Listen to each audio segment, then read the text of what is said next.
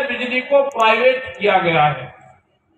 वहां एक कंपनी है टोरंटो, और जो किसान है, चाषी हैं, उनके ऊपर जो बकाया बिल है 25, 30 और 40 लाख रुपए तक बकाया बिल रुकता हुआ आ रहा है। तो किसान की जमीन बिकेगी, जमीन। ये जो सरकार है, ये सरकार किसी पार्टी की सरकार नहीं। आप सोचोगे बीजेपी की सरकार है, ये किसी पार्टी की सरकार नहीं जो आज भारत सरकार है। एक पूंजीपतियों का एक गैंग है, उस गैंग ने एक पॉलिटिकल पार्टी पे कब्जा किया, उसने इस देश पे कब्जा किया। वो आपको दिखाई नहीं देंगे,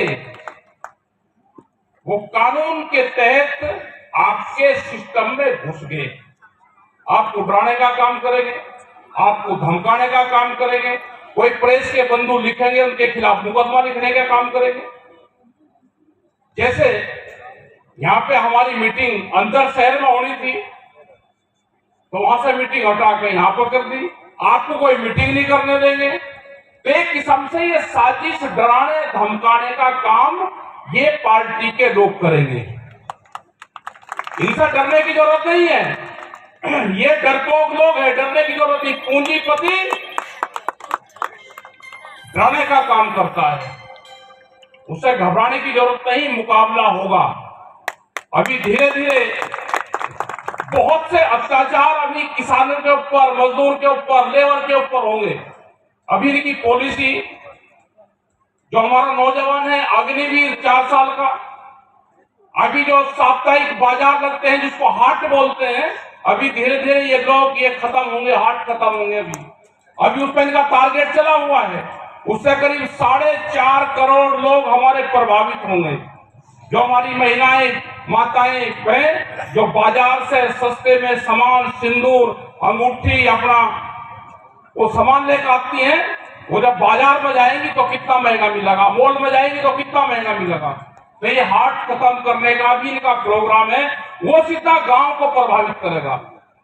बिजली गई, हमारे साप्ताहिक जो हाट हैं वो गए, हमारे पास में नौकरी नहीं है, और अगर किसी किसान ने कर्जा लिया है, केसीसी बनवाया है, फसलों के दाम उसके हैं नहीं, केसीसी का कर्जा कहां से देगा? उस कर्जे को पाड़ने के लिए शौकार से दोबारा फिर कर्जा लेता है। ये यही आपके लोगों ने बताया। हम उस किसान के वहां पे गए जिस किसान ने आत्महत्या करी, उसमें 2 तरह का कर्जा। एक, उसने बैंक से कर्जा लिया, बैंक का कर्जा नहीं दिया गया तो उसने फिर शौकार से कर्जा लिया। शौकार का कर्जा कहां से लेगा? किसी तीसरे से लेगा, और धीरे धीरे उसकी जमीन जाएगी। ये 25-30 साल का खेल है सरकार का कि जमीन को छीनो, व्यापारियों को जमीन दो, इस जमीन पे कब्जा करो। वो जो भूमि अधिग्रहण का इशू था उसमें संशोधन किया, चाहे सरकारी जमीन अधिग्रहण करना हो या प्राइवेट जो प्लेयर है उसको जमीन खरीदनी हो। जैसे भूमि अधिग्रहण एक्ट था, पूरे देश ने आंदोलन करके भूमि अधिग्रहण एक्ट बनवाया। 2013 में नया एक्ट आया, लेकिन उस एक्ट में भी संशोधन किए, उसको मॉडल एक्ट बनाया। मॉडल एक्ट की पूरी पावर स्टेट को दी, स्टेट की पूरी पावर डीसी को, डीएम के हाथ में है। तो आपकी जमीन छीनने का भी बड़ा षड्यंत्र रचा जा रहा है।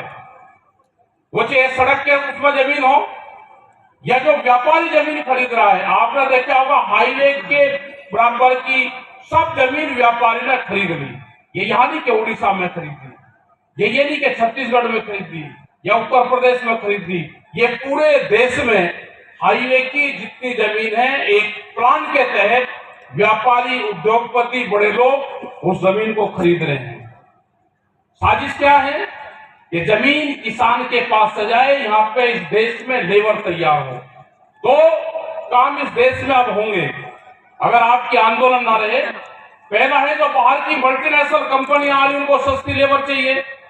सस्ती लेबर कहां से आएगी? वो रहती है गांव में, गांव को डिस्टर्ब करो, उनकी फसलें ना खरीदो, बिजली महंगी करो, वे लोग गांव छोटे जमीन दे और लेबर का काम करें। दूसरा है, उनको बड़ी मार्केट मिलेगी।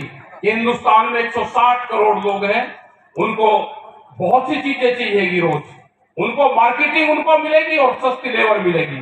तो बहुत सी बड़ी कंपनियां यहाँ पर आ रही हैं। तो बड़ी मेहरबानी करके जो किसान है जिनके पास में जमीन है वो अपनी जमीन ना बेचे हैं। 30 साल सरकार ने फसलों के दाम नहीं दिए तो कर्जा हुआ, उस कर्जे को राइट ऑफ करा जाए, कर्जे को खत्म करा जाए। और हमारा आप लोगों से भी अभियान है कि जो भी कर्जा आपने ले रखा है उस कर्जे का भुगतान करें, उसको बैंकों का उसका वापसी करें। एक कर्जा मुक्ति अभियान हमको भी चलाना पड़ेगा। ये नहीं कि हम कर्जा देंगे नहीं सरकार उसको माफ कर देगी, उस भरोसा नहीं रहना। कर्जा उतारो, अपना नौकरी करो, काम करो, कोई भी धंधा करो, लेकिन कर्जा उतारने का काम करो। ये बैंक से लिया हुआ कर्जा बड़ा खतरनाक है, ये इससे मुक्ति पाओ, अपने काम धंधे पे ध्यान रखो। दूसरा है कि हम बहुत खर्चा करते हैं, ये खर्चे भी हमको कम करने पड़ेंगे। किसने बताया कि गुटखे बनाए आप जिंदा नहीं रह सकते? किसने बताया कि शराब के बिना जिंदा नहीं रह सकते? किसने बताया कि नशा करना जरूरी है, उसके बगैर जिंदा नहीं रह सकते? किसने बताया कि मृतक भोज करना हमको पड़ेगा? क्यों खर्चे करते हो? खर्चा कम करो, खर्चा कम करके ही आपकी आमदनी बढ़ेगी। आपको किसने बताया कि आपको कोल्ड ड्रिंक पीनी है? आपको पीना है तो नींबू पानी पियो, छाछ पियो, लस्सी पियो, दूध पियो, जो फल फ्रूट का जूस है उसको पियो।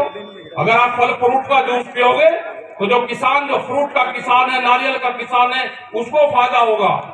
जो छाछ और लस्सी का इस्तेमाल करोगे तो पशुपालन वाले किसान को फायदा होगा। और आप अगर कोल्ड ड्रिंक का इस्तेमाल करोगे तो बड़ी कंपनियों को फायदा होगा। तो इन चीजों का भी बहिष्कार करो, नशे पत्ती का भी बहिष्कार करो। गुटखे का इसका बहुत इस्तेमाल यहाँ पे होता है।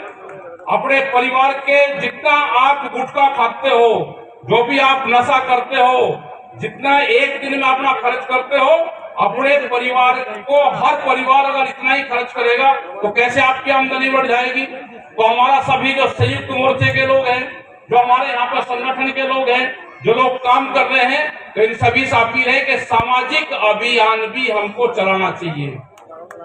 ये बहुत सेंसिटिव मामले हैं, अब हमको सामाजिक अभियान भी चलाना चाहिए। यहाँ पता चला कि अलग तरह की परंपराएं यहाँ पे है। किसी का बाप अगर एक्सपायर हो गया, मर गया, तो पूरे गांव को दावत देनी पड़ती है, नहीं तो उसका सामाजिक बहिष्कार होगा। ये कुरीतियां हैं, इन कुरीतियों को खत्म करना पड़ेगा। दहेज प्रथा, कैसे गरीब अपनी बच्ची की शादी करेगा? दहेज प्रथा पर रोक लगानी चाहिए, बड़े भोजन पर रोक लगानी चाहिए। हमको अब ये कुरीतियों को खत्म करा जाएगा जब भी ये आंदोलन भी चलेगा, जब ये किसान भी बचेगा। और हम अपने फसलों की जो दाम के सवाल है, बिजली के जो सवाल है, आपके कर्जा माफी के जो सवाल है, हम उन सवालों को संयुक्त मोर्चा पूरे देश भर में लड़ाई लड़ रहा है। और एक बड़ा आंदोलन, जैसे दिल्ली में आंदोलन हुआ, इसी तरह का एक बड़े आंदोलन की देश में फिर जरूरत है। उसके लिए आप सब तैयार रहें। सबका धन्यवाद। जय हिंद, जय भारत। Bargarh Muna Sahu report Bargarh time. जेकोसी न्यूज देवार लगी आम नंबर के फोन करूँ।